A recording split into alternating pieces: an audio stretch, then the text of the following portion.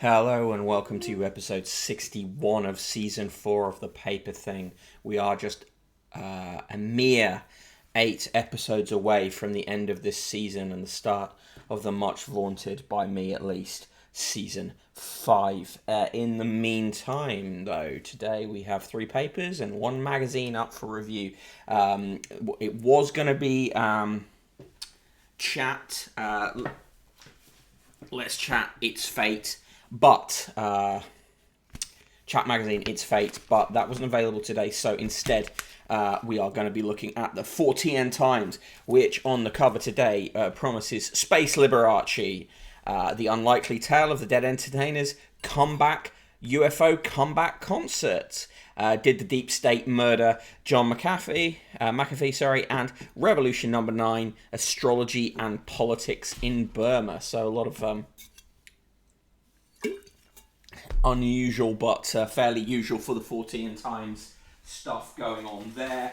And then, of course, we've got 3 papers. We're going Times, Sun and Daily Mail. Actually, Sun, Times, Daily Mail today out. Just walked into a dumbbell. Very dumb of me. My head is not great today. But there we go. Right, so yeah, we're going to start with the Fortean Times in a moment. But first, let me just check everything is working how it should be working. Yes. Good afternoon, Achibis. Good afternoon, Titivillius. And Zippy Shavitz. You are the first through the door for today's show. More to come, I hope. Fried as Fuck Face says they're trying to discredit McAfee getting whacked by putting it in the Fortean Times.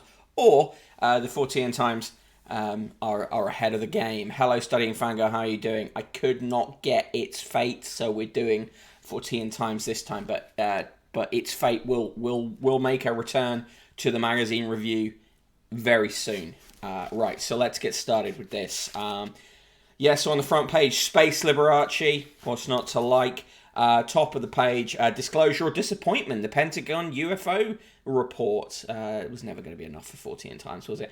Unseeing Forces, Isaac Bashevis, Singer and the Supernatural, The Brood X-Files, Cicada Swarms and Mouse Plagues, of Shepherds and Shin Kickers, England's first Olympic Games. And, the other things apart from Space, Liberace, Did the Deep State Murder John McAfee, and Revolution Number 9, Astrology and Politics in Burma. Inside, we're straight onto the contents page after an advert for Haunted Magazine, the multi-award-winning paranormal magazine. Fried as Fuck Face says, can you get National Enquirer in the UK if it's still going? They were the ones with all the front pages about Obama being secretly gay. Yes, you can get National Geographic, National Enquirer from the same news agents I get the normal papers. I can pick that up at some point. We have done it on the show in the past. Okay, in the digest of weird news, strange days, rodent invasions. Australia is hit by a monumental mouse plague, while UK dormice thrive.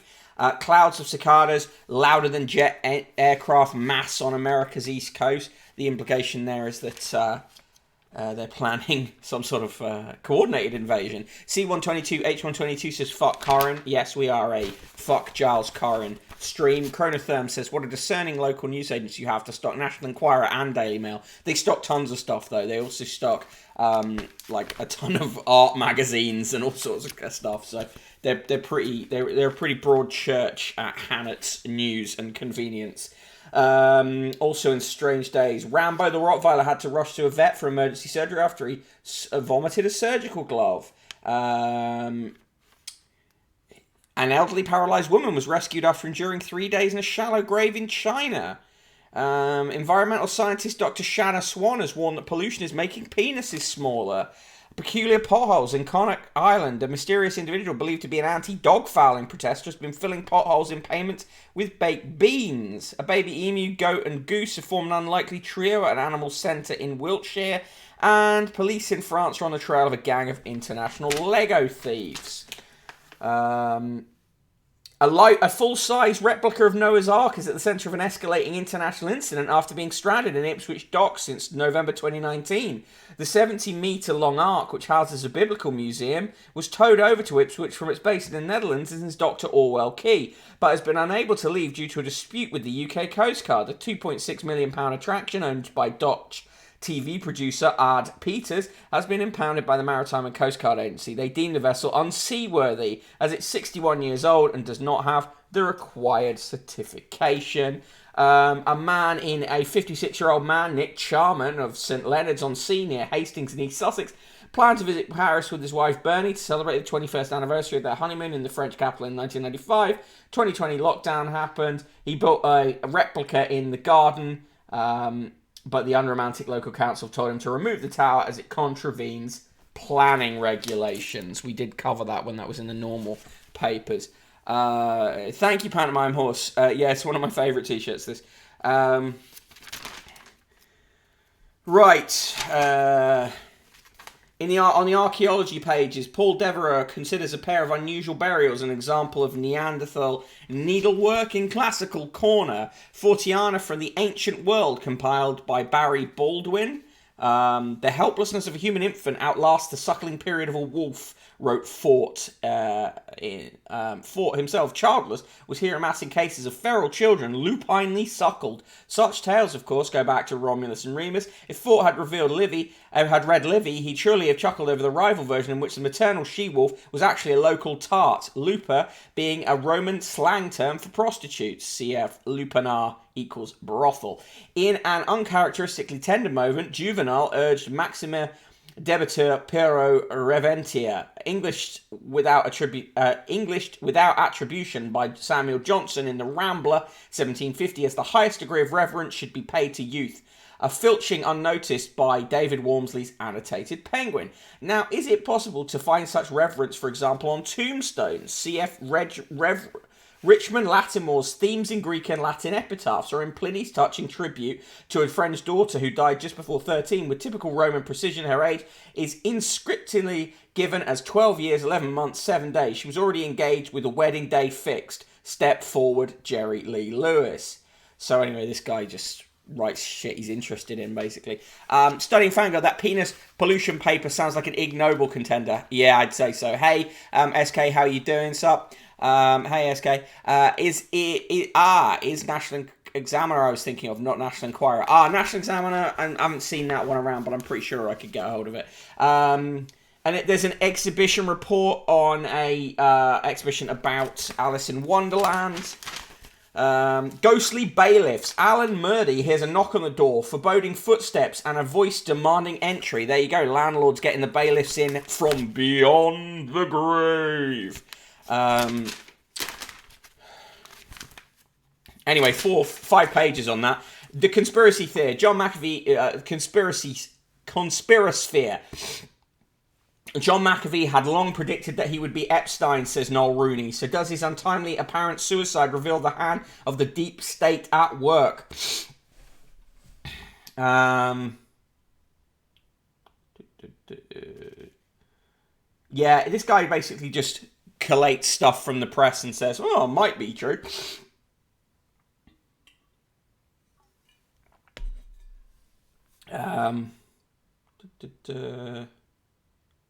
The web of corruption and intrigue. Oh, and then he links it. He connects it to Daniel Morgan.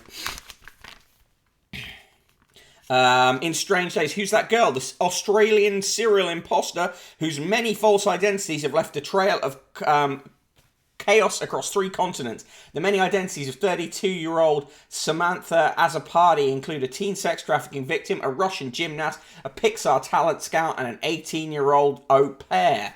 Again, all taken from stories in the mainstream press. Art of the Unusual, pop-up land art in the lakes, political Pac-Man in the Czech Republic, and a Loch Ness monster down under. They write about the Borrowdale Banksy with the stone circle. There's in Portland, Australia, an artist paid homage to the classic Fortean phenomena during the country's most recent lockdown, constructing a Loch Ness monster out of car tyres on the town's beach. Pretty cool. Alien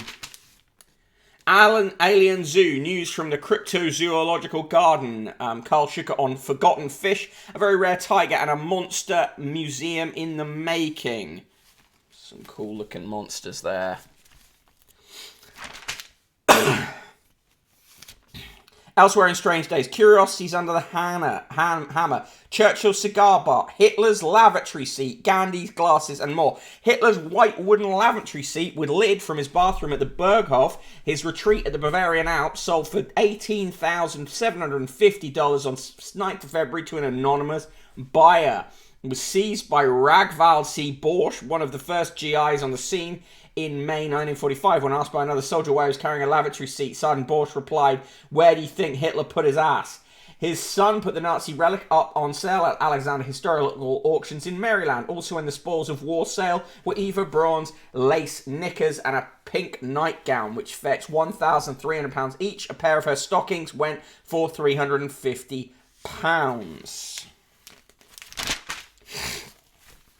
Righteous fuckface, now you can shit like Hitler. Necrolog, we say goodbye to the Norfolk pensioner who fought off Satanists and uncovered a wealth of medieval art, and the murderer who put Amityville on the map. Bob Davey, a Norfolk pensioner and amateur church restorer, died on March 4th, aged 91. He spent most of his life as an agricultural engineer,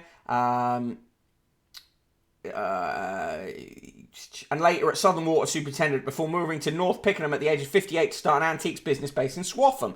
5 years later, in the abandoned village of Houghton on the Hill, his wife Gloria discovered a derelict medieval church, St Mary's, which dates back to around AD 1000. It had suffered damage in World War I when a returning Zeppelin dumped its bombs on the churchyard and was abandoned in 1933, though never deconsecrated. During World War II, American GIs ripped out a Gothic window as a souvenir, thus causing the roof to fall in.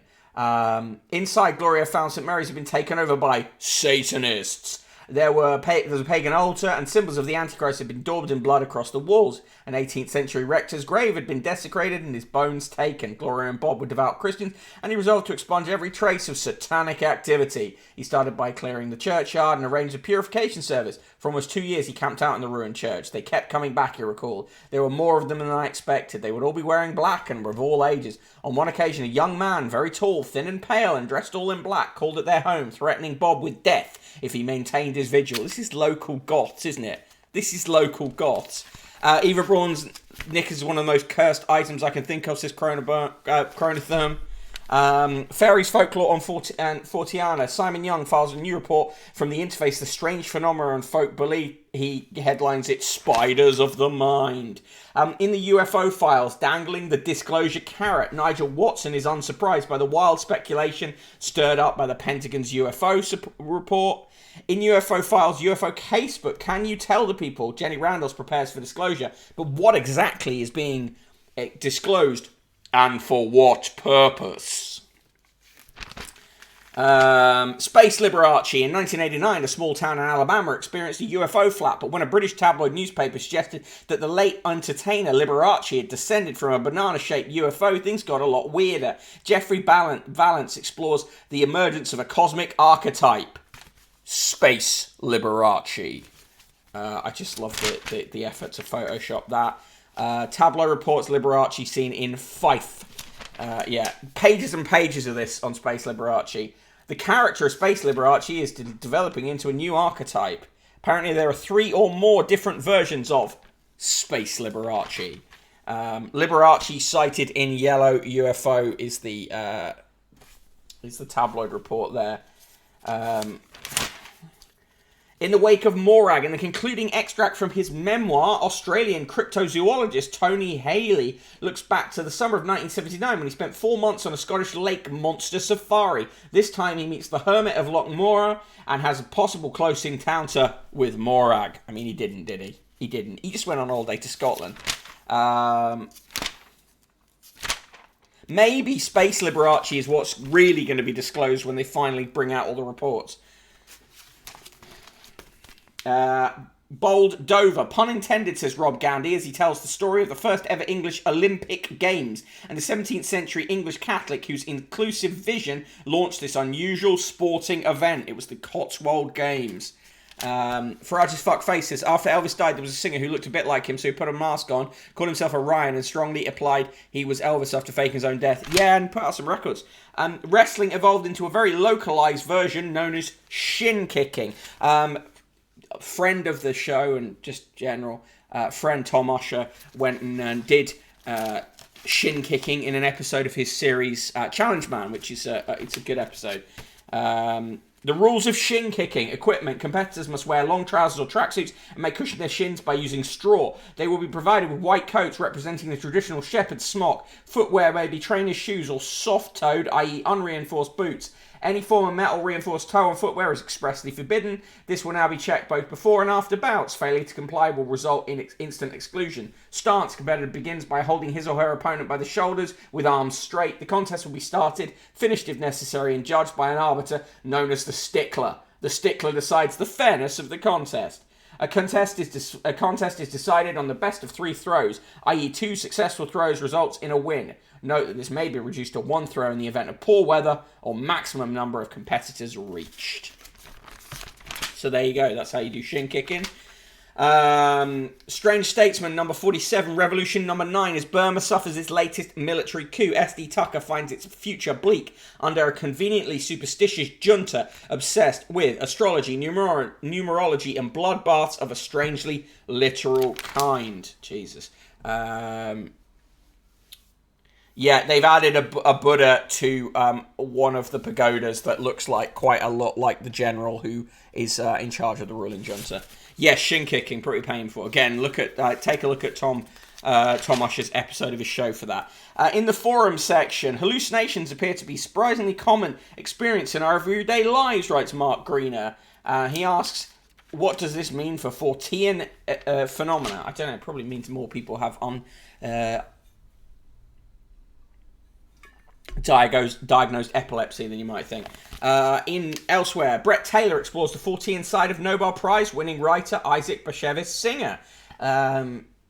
He wrote, I began to see that all miracles are not complete superstition. Of all the writers ever to win the Nobel Prize, it's hard to think of any who are as obsessed with Fortean subjects as Isaac Bashevis Singer, whose given name was Yitzhak Bashevis.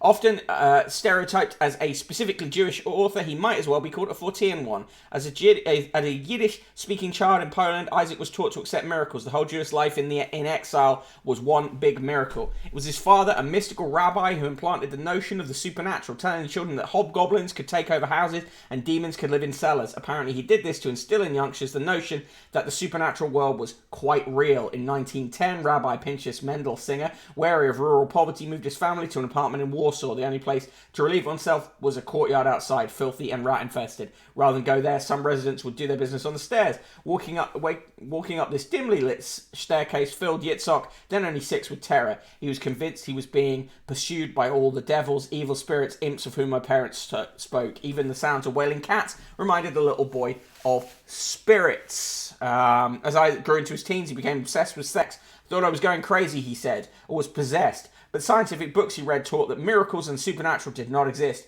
In his 20s, he began to read books on the supernatural. I began to see that all these miracles are not complete superstition.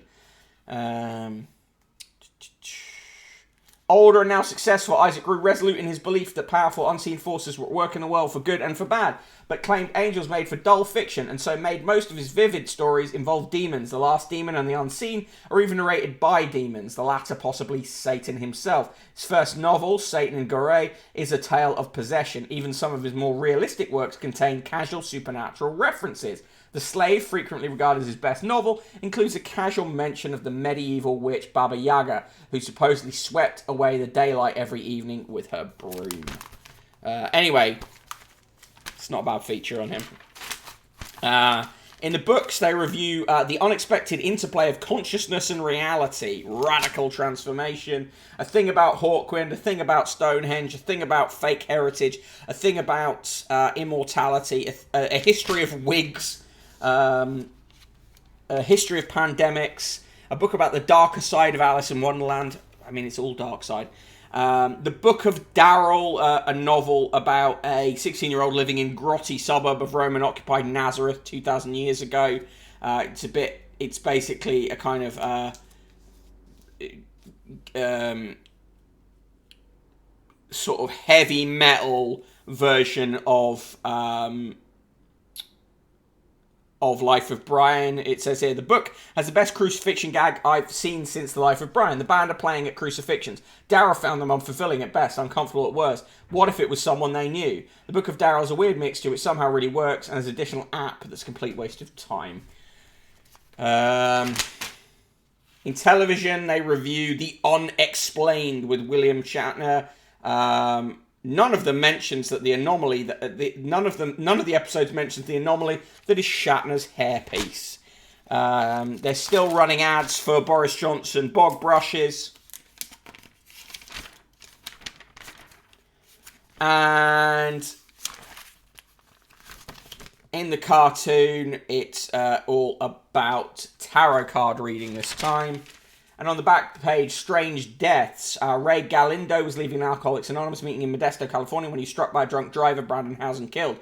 Mando, one of Galino's fellow AA members, said, "What an irony of life to come here and try to be sober, try to be a better person, and then go out by one of us, technically." Not really that strange, is it? When police arrested a man for dangerous driving after he crashed near the town of Jaffa in Spain, near the French border, he had been driving down the wrong side of the motorway. They made a macabre discovery. Strapped into the passenger seat under a blanket was the body of a Swiss man. He appeared to have been dead for some time. His body had started to decompose, with the hands already appearing mummified. On questioning, it became clear that the corpse belonged to the driver's partner, and the driver had become several weeks earlier as a final road trip for the terminally ill man, taking a meandering route from Spain through France and Italy, then back again. Taking more than 3 weeks as they dodged coronavirus restrictions. The passenger had passed away en route, but the driver could not bear to leave his partner behind, so carried on their journey. An inquest into the death of the exiled Russian businessman Nikolai Gluskov, who died by apparent suicide in 2018, concluded that he had, in fact, been murdered by someone who tried to make it look like a suicide. Hardly a strange death in Russia. Gluskov had been found dead with a dog lead around his neck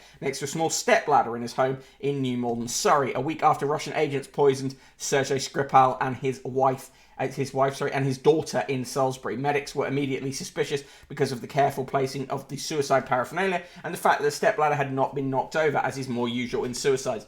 The coroner concluded that Glushkov, a former Aeroflot director and critic of President Putin, had been killed using a garroted sleeper hold by an unknown third party. 12-year-old Joshua Halesis died in a hospital in Aurora, Colorado, several days after his twin brother found him collapsed on the bathroom floor of their home. Halesis has apparently been trying to take part in a blackout challenge. This is always bullshit. The body of a 39-year-old man was discovered in the leg of a life-size papier-mâché stegosaurus in the Santa Coloma de Gramaet near Barcelona. After a passerby and his son noticed the smell, the father peered through a crack in the dinosaur's leg and saw the corpse. The thought is he might have been a rough sleeper who had gone in there and couldn't get out. Alerted by flies and stench coming from the flat of Clara Innes Tobin, 79, neighbours in her Madrid apartment block called the police. When officers broke in, they found Tobin's corpse lying on the floor, surrounded by the bodies of 5 of her cats, which had died of starvation, along with 2 that were alive but severely malnourished. It appeared that Tobin had died of COVID-19 at least 3 months before she was discovered, and her pets had eaten most of her body from the waist up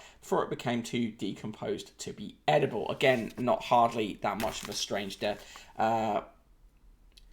Yeah, it's believed he got through a hatch. The person inside the statue's leg got trapped. It looks as though he's trying to retrieve a mobile phone which he had dropped. It looks like he entered the statue first and couldn't get out. It's believed he got through the hatch.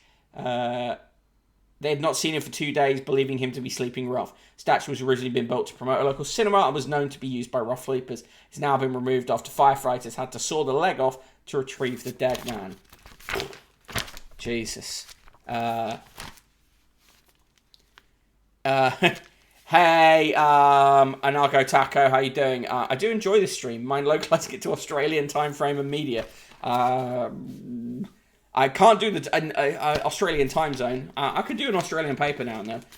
Anyway, that was Fortean Times. So, there's a lot of reading in it. It's obviously, most of it is completely wayward. Some of it's not too bad. What can you say about a magazine with Space Liberace on the cover? Got to be an 8 out of 10. Okay, time to move on to the Sun, then the Daily Mail and the Times, and that will be our show for this week. Yeah, really brutal, that Dino Guy thing. Really.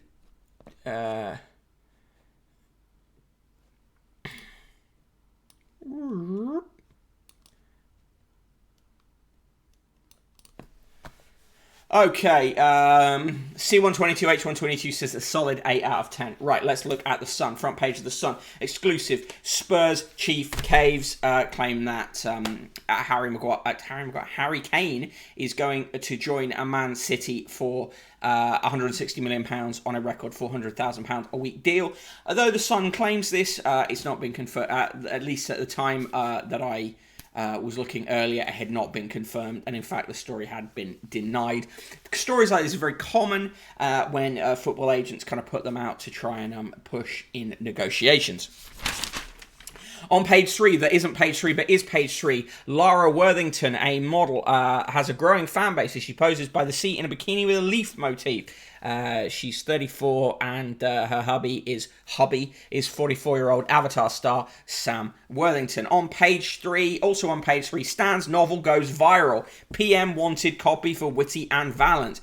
Boris Johnson asked Dad Stanley for 2 copies of his novel The Virus to send to his top medical experts. The PM wanted to give the republished thriller about a terrifying pandemic to Professor Chris Whitty and Sir Patrick Vallance, or at least so claimed the liar's father, the perpetual liar, Stanley Johnson. Horse shite from the Sun, absolutely. On pages 4 and 5, exclusive Harry set to join the Blues for 160 million. And they've got a random picture of Raheem Sterling surfing. All on page 7, Margot Robbie, actress Margot Robbie has legs, and that's the story. Whitehall Wade hell, storm floods £17 million pad. A freak floodwater has swamped comedian Jack Whitehall's new multi-million pound home. Oh dear. A police worker has been sacked for having sex at a police station. The civilian was found to have had sexual activity within the workplace with colleagues while working for Greater Manchester Police. They were also found guilty at a disciplinary hearing of touching a fellow worker's breast and were dismissed of gross misconduct. 2 other police workers also left the force for sexual activity at work. All 3 cases are believed to have been linked and were revealed in a bulletin of disciplinary outcomes between January and May published by Greater Manchester Police. 7-inch novelty prayer candles with a picture of Chief Medical Officer Professor Chris Whitty holding a lamb are being sold for £19. Margot Robbie has legs is not news. Exactly, that's the point. Paramedic Pingdemic, 1,000 staff isolate, 20-minute call, 999 call time wait. Latitude is still going ahead though. 40,000 people attending the music festival in Suffolk. It is a test event and people have to turn up either with a recent test result or proof that they've been double jabbed. On page 11, Restart Me Up. The Rolling Stones tour will restart from September. Ronnie Wood is 74, Mick Jagger is 77, Charlie Watts is 80, and Keith Richards is 77. It's balmy weather, frolics in heat, but deluge next. Yeah, with you loads of rain. Premiership pedo in cop probe. Name him, clear us. Everton stars Fury are getting tainted too. 1 ignored 5 calls from suspended teammate. Victoria Newton, the editor of The Sun, writes, journalists are not spies. Jail us, and who is left to tell you what our leaders are covering up? Well, you're quite selective about what you tell us about what's being covered up. Fuck it, I cannot stand this whole we speak truth to power thing is an absolute fallacy amongst most of the British media, but for the Sun editor to act like she is some amazing truth teller, absolute bullshit. Yeah, Pantomime Horse says tell that to Julian Assange. Ali Ross, the awful Ali Ross TV con, can't be bothered with that today. An exclusive lost interview from Amy Winehouse is the claim on pages 16 and 17. I started drinking whiskey at 12 and didn't stop. Godmon wrote me a song, says Amy Winehouse's daughter, Dion Bromfield. Exclusive interview, Dion, now 25, said loads of stuff they found in her notebook, and one of the things that she had written out was a song for Dion, and there were lyrics and stuff in there. There was no melody, so right now it's just those lyrics. Okay. On page 19... Emmanuel. No wonder they flee France. Look at who their neighbour is. Migrants crossing the channel to Britain. Oh, I should say refugees, I would say. Set off from a seaside town where Emmanuel Macron has a holiday home. Oh, Jesus. And they found a picture of Emmanuel Macron looking sort of devilish. Happy dog and grumpy cat. Casper the friendly dog gives a big grin while Romeo the cat scowls. I love them both. Give us and more action. Love Island exclusive. Love Island Chiefs have a second hideaway ready to spice up things between housemates. Okay, whatever.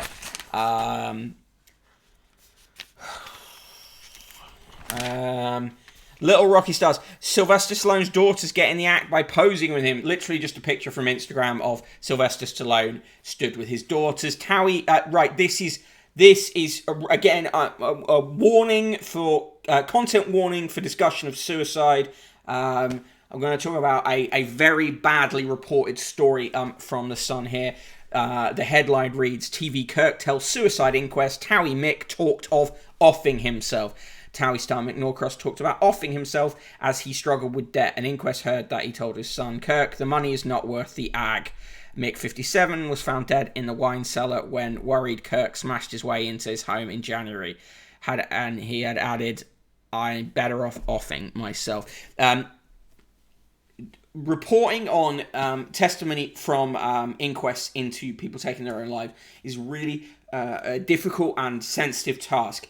One that no Sun reporter is up to. It is very, very wrong to link someone taking their own life with any one cause, and to write of offing himself, whether in the headline, whether or not those are the words he said himself, is irresponsible. Lady Basker's cat's probably scowling because he can barely breathe thanks to flat face she's been bred to have. Yeah, that is a huge problem with cats that are bred like that, and I feel for them. I also just love all cats and dogs. On page 27, after Meghan revelation on dating Englishmen, apparently Meghan Markle told Lizzie Cundy said that her former pal Meghan Markle told her she wanted to date an Englishman. She said her new show features a clip of the then Suits actress admitting, "I want to be a London girl. I love London men and I have everything to do with London." They list various other celebrities who have dated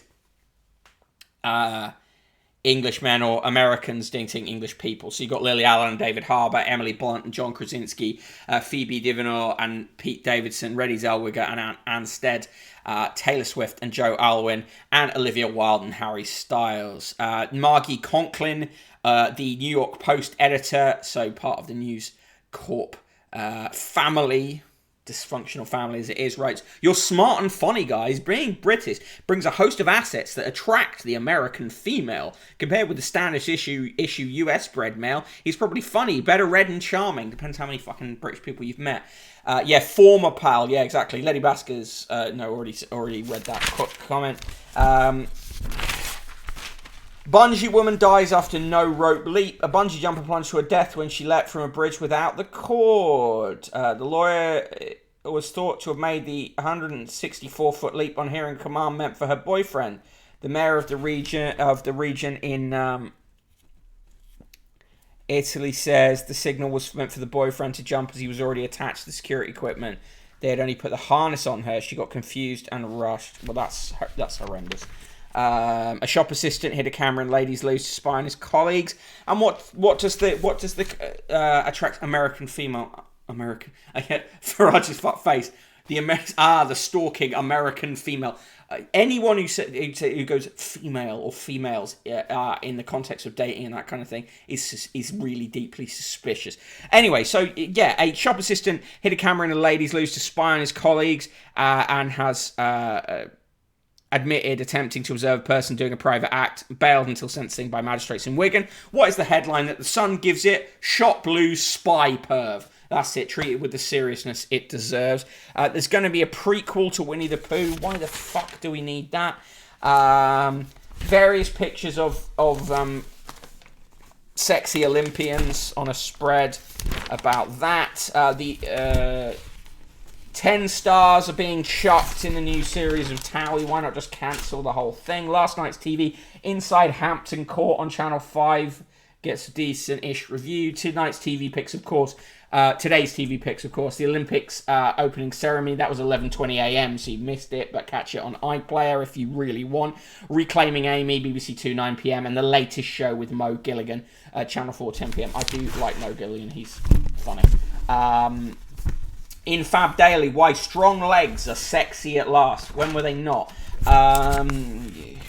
Why skirts above the knee are ageless. Who gives a fuck? Right, today's £50 letter comes from Mick Bidewell, who says, 1 minute our brilliant NHS is being awarded the George Cross, the next a pathetic 3% pay rise. Even if there hadn't been a pandemic, these heroes would deserve more than this desultory offer. Oh, after their incredible hard work and dedication, this is a gross insult from the government that must be rectified. Yeah, this is true. It's not a pay rise either. It is a real terms cut. Also, yeah, the Sun writes this, right? But then the Sun supports this government relentlessly, so this is bullshit. In Something for the Weekend, they interview Jackson Brown and give his new record 4 stars. There's 3 stars for the movie Off the Rails, 5 stars for the film Riders of Justice, and 3 stars for the film The World to Come. And in the sport, Cash and Harry Bernardo's up for sale to fund rest of Kane bid. Grealish next in City's £225 million summer spree. Don't believe the hype. So that is a -69 from me. Classic Sun action. We move on. Give me your scores for the Sun, though. Of course, I want to hear what you think. Oh, by the way, thank you, Anarcho Taco, for the bits. Much appreciate that. C122, H122. Cat gets 15 out of 10. Sun gets a -69. Fair dues. Let me do the roll call. In the roll call today, I'm the Broken Bottle Boy. You can follow me on Twitter at Broken Bottle Boy. In the mod squad, it's SK the Crusader. Just read the script for his next video, which is excellent. And I've voiced a bit for it, so that's fun. In the chat, 2020, Academy Impossible, Achibis, Anarcho Taco, C122, H122, Commander Root, Discord for small streamers, Eccentrical Galombits, nice, Farage's Fuckface, Friar Bentos, Chronotherm, Lady Baskers, Pantomime Horse, Soul Chicken, Studying Fangirl, Tit Villas, and Zippish Habits. Hello to you all, and thank you for joining me today on this, the Friday show. We are on episode 61 of the season, which means we have a mere 8 episodes to go before we hit episode 69, the final episode of season 4, and we will be moving into season 5 with some new stuff, including guest reviewers on the show. Yes, indeed. How I'm going to make that happen? Hard to say, but we will do it. Right, okay, here comes the Times. Front page of the Times. Summer Art, the 20 best shows to visit. Guarantee you majority of those are in London because the Times loves to assume that all its readers live there. I suppose it might even be true. SK Crusader tonight is in the YouTube zone from 6, so send him some videos. I will send you one. Main story from the Times. Food supply staff freed from COVID quarantine. AI breakthrough promises medical revolution. DUP's Brexit threat. They're always making these threats. Greensill whitewash. That's true. It was a whitewash. Incredible that the alive David Cameron is let off most of the blame, but the very much dead Jeremy Hayward turned out to be the one behind it all. Funny that, isn't it? Kandahar is on the brink. Taliban have massed on the outskirts of Kandahar in preparation for an all-out assault to recapture the city that was once their capital and spiritual home. Hong Kong arrests and fraud extradition. Inside the paper, on page 5, poker fans' mansion raises stakes. A Chinese billionaire is planning a makeover that could leave his home worth £700 million. This is a mega mansion that Westminster Council unanimously approved. Funny that, isn't it? On page 5, they're also still up in arms about the pregnant man emoji. Fucking get a grip. On page 7, missing Britain's parents plead with lover. For more than 4 months, they've wanted for a breakthrough that might bring their daughter home after she was reported missing from a boat in the US Virgin Islands. Parents of Sam Heslop, a former flight attendant from Southampton who sailed the Atlantic in search of new adventures have now appealed to her American boyfriend Ryan Bain, who they hold responsible. We want, need and deserve answers as to what happened to our daughter. We asked Bain to come forward to help us find those answers. Peter Heslop, her father, said, they say time heals, but not when your daughter is missing. How can you move on when they have no answers? Yeah, this is a very dodgy case. A 10-year-old girl is likely to be the first person in Britain to have a 3D bioprinted ear donated to her. Radia Mia from Milford Haven in Pembrokeshire has a congenital condition known as microtia, which means she was born with without a properly formed left ear. Researchers from the University of Swansea say that she is at the top of a list for a potential new procedure that would involve taking a small sample of cartilage cells, possibly from her nose, and using them to create a living inner structure for her ear. The project, which is being led by Ian Whittaker, Professor of Plastic Surgery at Swansea University Medical School, has been given the money by the charity Scar Free Foundation and by Health and Care Research Wales. Whittaker said he hoped the first clinical trial would take place within 4 years. That's cool.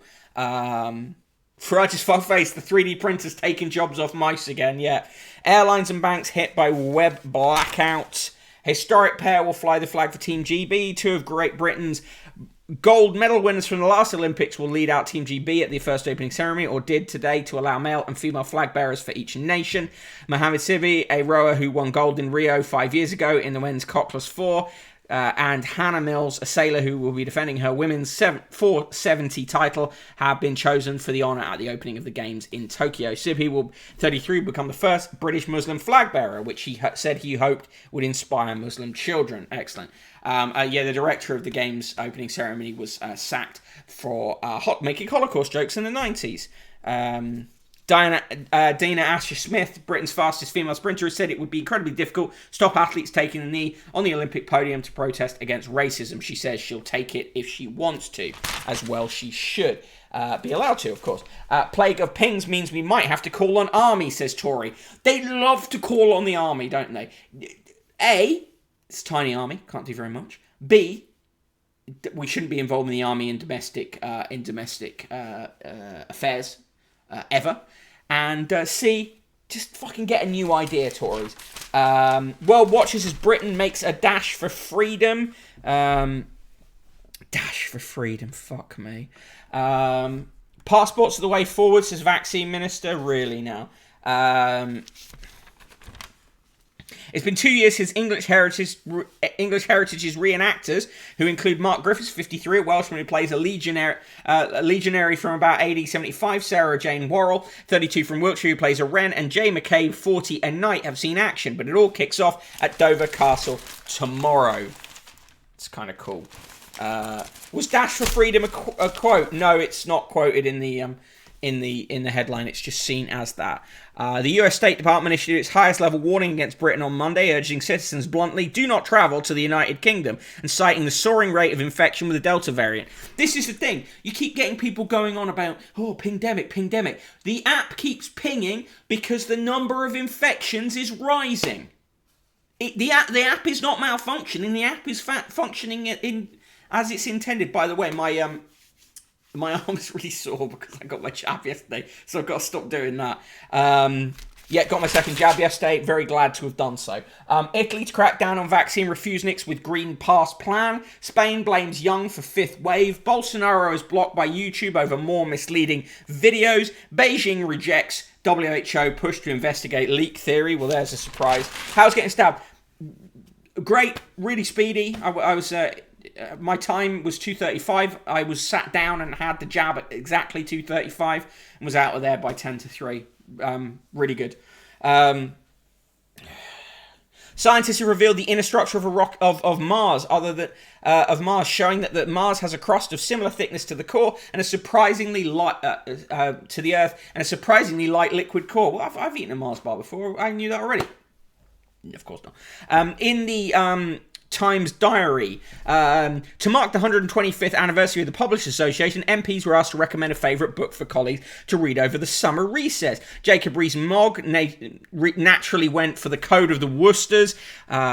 Nick Thomas Simons, the Shadow Home Secretary, picked in place of Fear by Aneurin Bevan, and Oliver Dowden, Culture Secretary, chose Jessica Mitford's memoirs. Cheerfully, Gavin Williamson selected All Quiet on the Western Front, while Rishi Sunak's was a history of the penalty kick in football. Chinny reckon. Boris Johnson went for war, specifically Scoop. The Prime Minister surely does not identify with its hero, William Booth. He is hardly one to chase questing voles through plashy fens. The Johnson role model is more that the man Booth replaces at the Beast, Sir Jocelyn Hitchcock, a reporter who can start revolutions simply by making up stories without leaving his hotel room. Which Way is Britain? We're Lost. Tom Ball goes to sea in the Channel and finds migrants navigating by iPhone and the French helping them cross. Leave these fucking people alone. Do we need a ton of journalists in the Channel doing this shit? Of course we don't. A disgusting story here briefed in by the Home Office.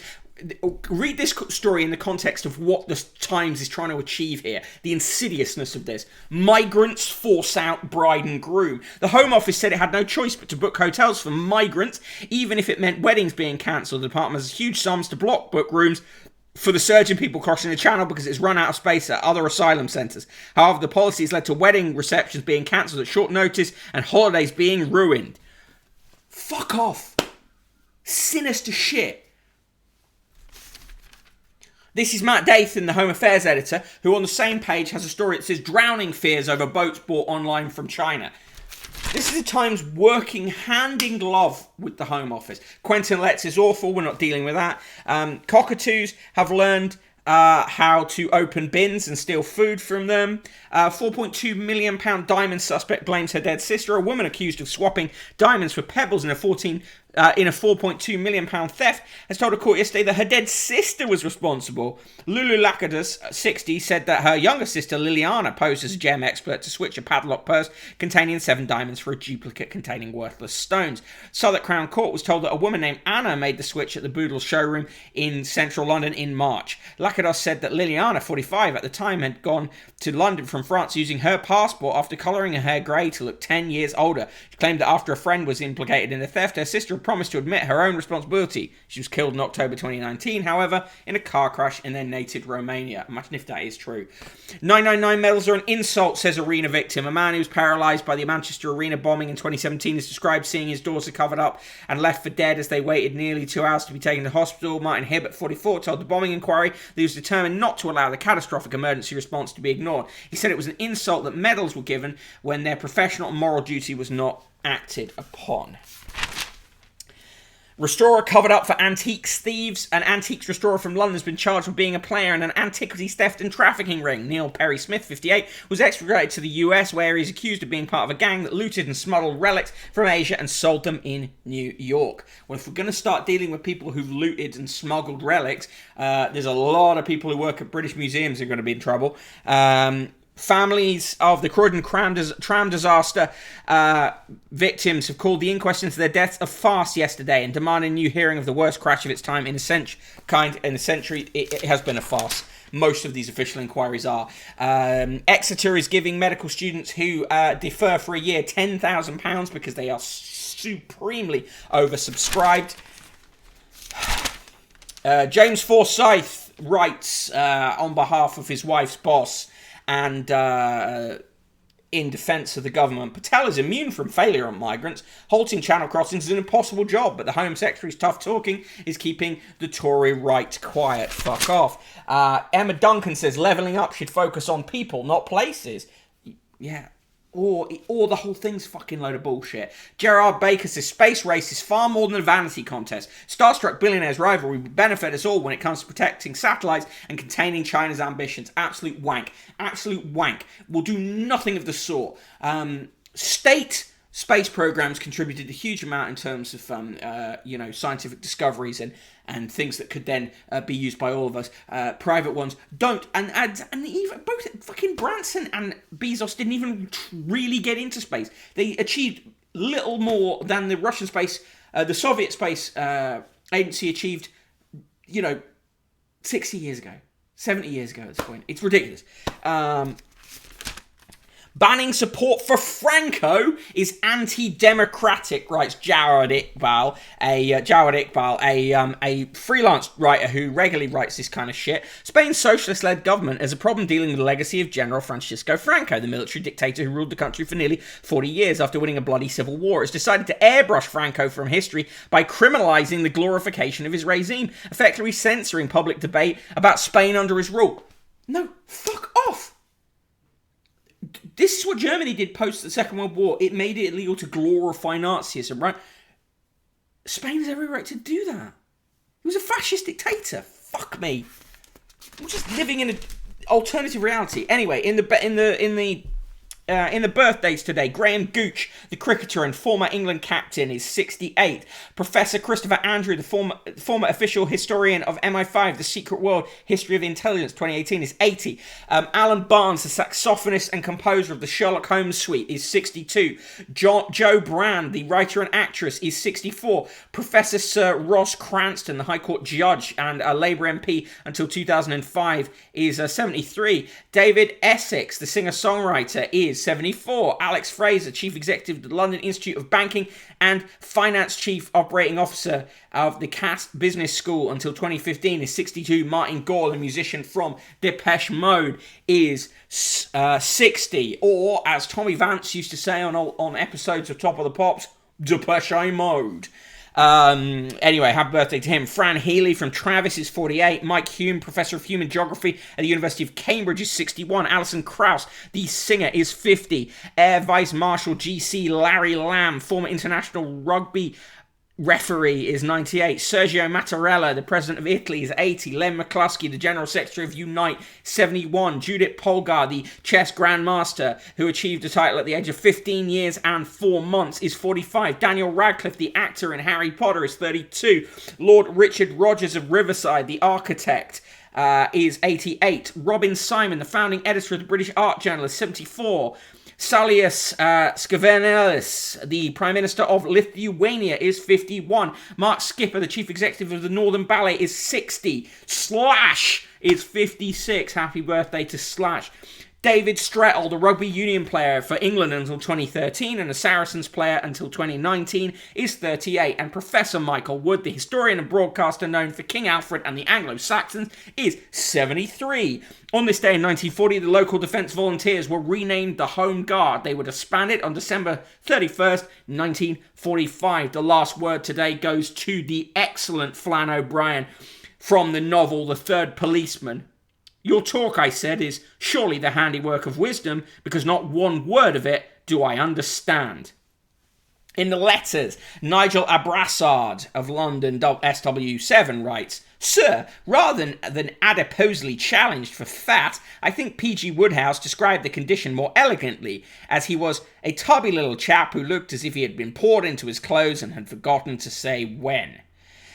Oh, Jesus. And John Roberts says, Sir, your report was headlined, Amazon delivers boss into space. I would be slightly more impressed if they could just deliver my ordered paperback, which was due on Saturday, but has still not arrived. Yes, best way to have to make your complaints to Amazon is make them through the Times letters page.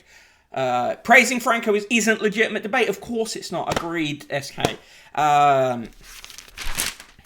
In the world news, Taliban muster for mass attack on Kandahar. Conservative stalwart adds feminist touch to presidential contest in France. The head of Paris's regional council declared herself a presidential candidate yesterday, laying down a challenge to Xavier Bertrand, the frontrunner in the race for the Conservative nomination at elections next April. Having been re-elected last month to a second regional term, Valérie Pécresse, 54, promised to restore French pride as a free woman who would impose social order but promote liberal pro-business and green policies with a feminist social touch. Is that right?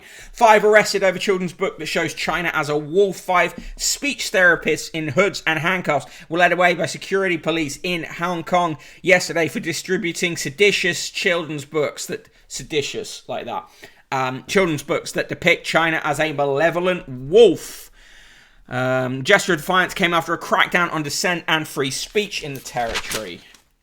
Bikini ban is Islamophobia, swimming pool protesters. Bikini ban is Islamophobia, swimming pool protesters claim. Well, it is. 6 women have been expelled from a municipal swimming pool in Grenoble, France, and fined for wearing bikini full-body bathing suits in a protest against anti-Muslim discrimination. Solidarity to them, and fuck the Islamophobic French government. Here is a good picture of some elephants. A baby elephant lost his footing in his place in the queue in his eagerness to get to the waterhole at the Mashatu Game Reserve in Botswana. Demonstrators have taken to the streets in Iran over water shortages, it's claimed. Wrestler swaps beer for fish in sumo's greatest comeback. Gavin Blair writes from Japan. After injuring both knees in the Mongolian sumo wrestler Teran Ofuji was at a low ebb in 2018 using a wheelchair and suffering from diabetes and hepatitis. He had been relegated to the 9th of sumo's 10 divisions, losing his monthly salary, and was on the verge of quitting Japan's ancient national sport. Yet this week he was promoted to its pinnacle as Yokozuna, or Grand Champion, competing perhaps the greatest comeback in sumo history. The 29-year-old credits the faith of his stable master and the support of his wife, who he married in February 2018, for his resurgence. After hitting rock bottom, Terano Fuji stopped drinking alcohol and began eating a healthy diet of fish dishes prepared by his wife and based on nutritional advice from his doctor. Sumo wrestlers usually consume a rich, calorie-heavy stew, often accompanied by copious amounts of beer, to put on the weight required to compete at the highest level. Terano Fuji, whose real name is Gataluna Ganadine, returned to the ring in March 2019 and began to slowly rise back up the ranks. Still unfancied, he shocked spectators and his opponents at the Nagoya Grand Sumo Tournament in July last year by securing victory with 13 wins out of 15 bouts. That's followed by 2 more victories in tournaments this year. At this month's Nagoya tournament, Terano Fuji went into the final with a perfect 14-0 record and was beaten in the final bout. It was enough to convince the Japan Sumo Association to promote Teruno Fuji to Yokozuna. No other wrestler has ever made a grand champion after falling so far down the rankings. I humbly accept the promotion. I will strive to improve my dignity and strength as a Yokozuna by keeping my mind steadfast, a tearful Teruno Fuji said at the promotion ceremony. Masayuki Yamauchi, a member of the Sumo Council, said, "I hope he will be someone who inspires kids and those wanting to become sumo wrestlers." Friday Fox Face says there was a skinny Polish guy who used to do sumo. Amazing to watch. Zuma is granted temporary release in South Africa to attend his brother's burial. Salvini backs councillor who killed migrant. Jesus Christ, Italy's fucked. Matteo Salvini has defended a member of his anti-immigrant party who shot dead a Moroccan with a history of mental illness in a case that has divided Italy. Massimo Adriatici, 48, a councillor in Voghera, a town in Lombardy, was reported to have shot Younes Boustawi, 39, outside a cafe on Tuesday. Adriazzi, a lawyer and former police officer, told the police that he saw Boustawi harassing customers and began to call the police. He claims that he was pushed to the ground and the pistol he legally carries went off accidentally. Right. In the arts, culture and a cone, the 20 best shows to see this summer. Biden hands plum diplomatic job to wives of his old allies. Well, there's a surprise. For decades, Mormon women have grumbled in private about their rigid, uncomfortable underwear. Now they're going public. Members of the Church of Jesus Christ of Latter-day Saints first wear the two-piece during their temple endowment, a ritual that occurs before missionary service or marriage, and are expected to wear it night and day for the rest of their lives. The set, typically a t-shirt and shorts made from synthetic fibers, is printed with sacred symbols. Private social media groups of Mormon women are washed with complaints about the underwear, from scratchy hems to suffocating waistbands, and yeast infections caused by unbreathable fabric. Many have been forced to make their own adjustments, such as cutting off itchy tags or cutting out the crotch. To be brutally honest, people are scared to say, "This isn't working for me. It isn't bringing me closer to Christ. It's just giving me UTIs," says Lindsay Perez, 24, church member who lives in Salt Lake City. She was speaking to the New York Times. Mike Lynch faces extradition to America after court hearing. We've got to stop compromising with America on extraditions. They won't do it for us. Tell you what, they can have Mike Lynch if they send us answer coolers. Satnam Sangera says, "The outdoors is not that great. Give me an office with 4 walls any day." Who wrote this? A commercial landlord? Lagarde unveils lower for longer rate policy for the Eurozone. Spell of cold weather files up gas profits and keeps Centrica warm. And in the obituaries, Professor Richard Lewontin, geneticist who pioneered work on the differences between races, or rather the similarities, and shook up the academic world of the 1970s. His geneticist, he died of unknown causes in age 92 on July 4th. Instead of using the best office, he gave it to the woman who washed jars. Chronotherm says Satnam Sangera is from Wolverhampton. I'd stay indoors too if I grew up there. Yeah, his first book about growing up in Wolvo and his father's schizophrenia is a very good book. And as is Empire Land, actually, a very good book. Harry Edward, Britain's first black Olympic medal winner who later worked with Orson Welles but was overlooked for a Times obituary, has died. He is age 75.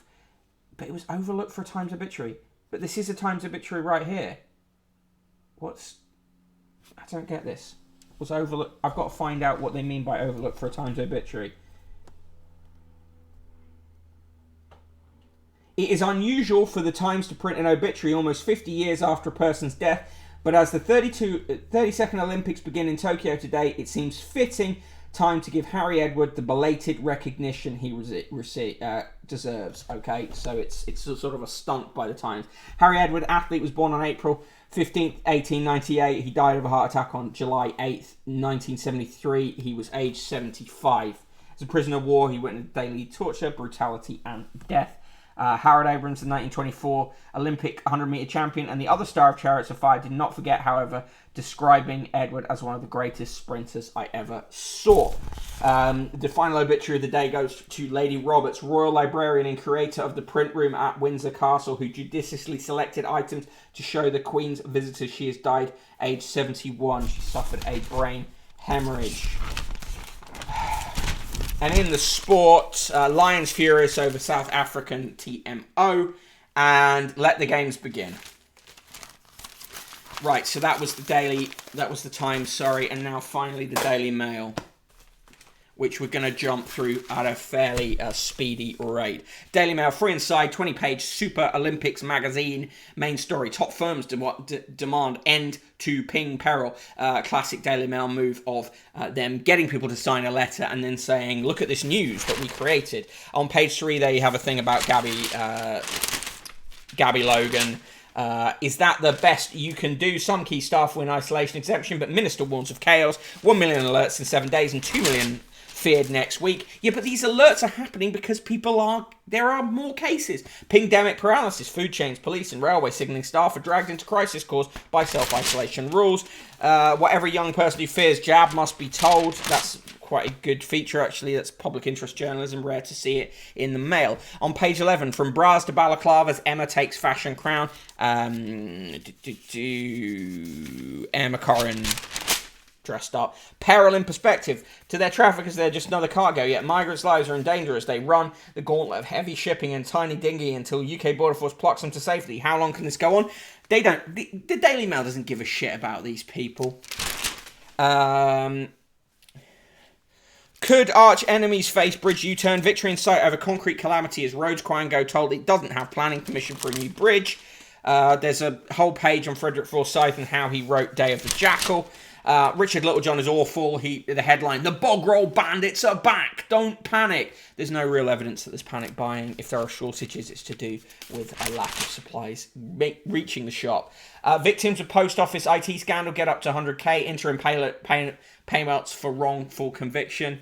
Good, but not enough. On this day, July 23rd, 2021, from the Daily Mail archive, July 23rd, 1981, Prince Charles, who will marry Lady Diana Spencer next week, held a secret bachelor night celebration last night. The evening was a gift from St James's Club Whites. Mr. William West, club secretary, said it was a typical bachelor's night with as much to eat and drink as anyone wanted. July 23rd, 1994. O.J. Simpson told a judge yesterday he was absolutely 100% not guilty of murdering his ex-wife and her male friend. It was the former American football star's first court appearance since a preliminary hearing 2 weeks ago when he was ordered to stand trial accused of stabbing to death Nicole Simpson and Ronald Goldman. Happy birthday to Monica Lewinsky, who is 48, and to David Essex, who's 74. Born on this day also, Lord Alan Brooke, 1883. French-born first Viscount Alan Brooke. He was a chief of the Imperial General Staff, was Winston Churchill's closest military advisor in World War II. Lord Brooke said his boss was a genius mixed with astonishing lack of vision, adding, he's quite the most difficult man to work with I've ever struck, but I should not have missed the chance of working with him for anything on this earth. And Michael Wilding, born 1912, died 1979. Essex-born matinee idol, starred with Ingrid Bergman in Alfred Hitchcock's Under Capricorn and Marlene Dietrich in Stage Fright. Quote of the day comes from Peter Ustinov, who said, "Love is an act of endless forgiveness, a tender look which becomes a habit." Joke of the day. What's a superhero's favourite part of a joke? The punchline. After work that took 2 years and cost almost 60 million, curtains up at Lord Webber's Historic Theatre Royal, don't care. I need no apology for being rescued with love. Politicians being pressured to say sorry to thousands of adopted children taken from their biological parents, to which ex-BBC boss Roger Mosley has profoundly moving and defiant response. Well, yeah, that might work for you, mate, but what about the mothers who had their children taken away? Does that even work as a joke? Not really. Gareth Southgate and Harry Kane are going to be added to the tediously unfunny spitting image. Tommy Robinson faces a £600,000 bill after being found guilty of libeling a Syrian boy aged 15. Good. Fuck him. Arena Blast Girl 14 was covered up as if she was dead. Horrendous. Jan Moir. When will number 10 let us go to the ball? I don't know. Fuck off. TV face of Colin Stagg Honeytrap. Drama tackles botched probe into death of Rachel Nickel. They show the various characters playing them, actors playing the real people. Like, what's a boxer's favourite part would at least make sense. Yeah, agreed. It's a bonkers new show that combines a masked singer and a blind date to see if singletons can focus on personality, not looks. And the result, our blind date, it was monstrous. This is this new show. Sexy Beasts, it's whatever. They've got a Tokyo Olympics pull-out with Dina Asher-Smith on the front. In the TV recommendations, Olympics 2020 opening ceremony. Well, that's happened, but, you can catch up on it if you want. And TV reviews, Inside Hampton Court only got 2 stars. Heist and Northern Bank Robbery got 3 stars. In the cartoons today, Garfield is just hanging out, and John and his girlfriend are chatting. In Chloe and Co, a man and Chloe are drinking and talking about relationships. And in Fred Bassett, Fred has been out in the garden digging up the garden. The poem today, oh God. It's called Albert and the European Championship Final. And it comes from Jeff Nim of Hayden in Cambridgeshire. There's a famous football ground called Wembley where the Ramsbottom family went to watch the European Cup final, which when it ended made them lament. Their young son, his parents named Albert, all dressed in England's colours, looked swell, with his rattle and large England flag, the very best that Woolies did sell. Albert was a fanatical England supporter and sang out loud to our national anthem. When England scored first, he waved his scarf, but smiles turned to a frown in the second half. Full then extra time and penalties were needed. Albert still thought that England would win, but Italy were better at spot kicks, so Albert chucked his flag in the bin. Albert has thought that England would triumph on the day Italy proved England's betters. He, like many others, thought our loss just bad luck, but when it came to penalties, Italy were goal-getters. The moral of this rhyme for those who thought the cup was coming home, just look forward to the World Cup and, like Albert, forget about a trip to Rome. No. Yeah, he didn't have a rattle because it's not 1960, exactly. In the straight-to-the-point letters, P. Naylor writes, Prince Harry's memoir will reveal all the lessons he's learnt in life. Shouldn't take long. Name and address supplied says, Harry is writing not as a fun-loving guy he used to be, but the bore he has become. Bill Needham says, will Dominic Cummings be advising Prince Harry on his book? No. P. Senior says, Harry's book should advise that recollections may vary. And Cliff Horton says, does anyone know how Prince Harry's doing after going to the US for a quiet life? Fuck off. Fried as Fuck Face, critical support for Prince Harry for how angry he makes people. Chronotherm's critique is pertinent. Yes, Woolies has been closed for a decade over it, hasn't it? Today's recipe, fridge raid soup. It's basically just throwing all the shit you have in the fridge in some soup. They're trying to get you to go on cruises. Of course they are. They're trying to get you to buy mobility scooters. Horrible, coins. Coin alert. Coins. This coin is a D-Day 75th anniversary £5 coin. Send no money now. Order today. $3.99. Stamped $3.99. You get £5 for £5. That's just the cost of the whatever, and you get a little presentation back. Limited to just 49,999 worldwide. Limited indeed. Coins.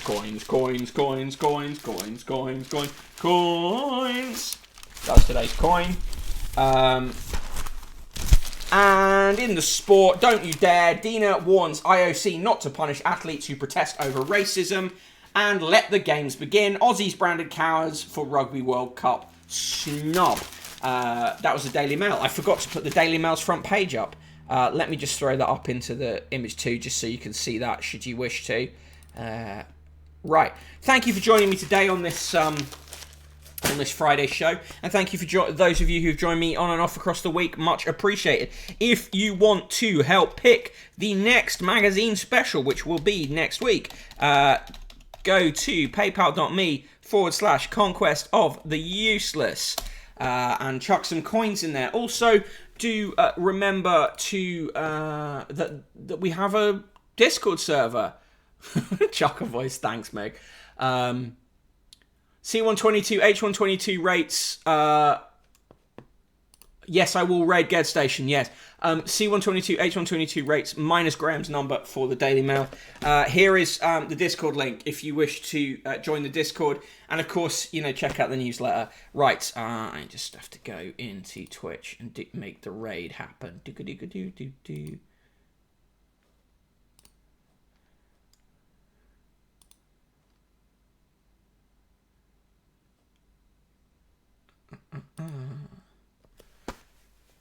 Yes, and don't forget to tune in to SK tonight for where are the raids? Stream Manager. Yeah, don't forget to tune in to SK tonight for the YouTube Zone at 6.